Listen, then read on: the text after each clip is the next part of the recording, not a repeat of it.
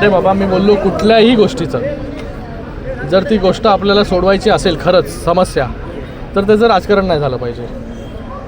राजकारण झालं की ती समस्या कधी सुटत नाही. समस्याचं समाधान जे आहे, प्रत्येक समस्येचं समाधान हे असतंच. जसं हे डॉक्टर बाबासाहेब आंबेडकरांचं स्मारक उदाहरण आहे. लोकांना फक्त पुतळा पाहिजे होता, आज भव्य दिवस स्मारक उभं राहिलं. निधी नव्हता, जागा नव्हता, निधी पण मिळाली, जागा पण मिळाली. दृढ इच्छाशक्ती आणि सरकारचा पाठिंबा याच्यामुळे हा स्मारक जे आहे ते उभं राहिलं.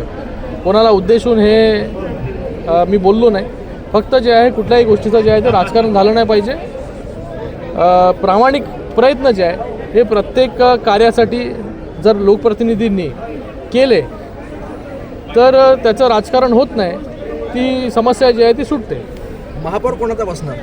महापौर अरे बाबा, मी महायुतीचा कार्यकर्ता आहे. तर भाजपकडून वारंवार सांगितलं जातं भाजपाचा महापौर. अरे कोणी काहीही बोलू द्या, मी महायुतीचा कार्यकर्ता आहे. महायुतीचा महापौर जो आहे तो या कल्याण डोंबिवलीमध्ये बसेल.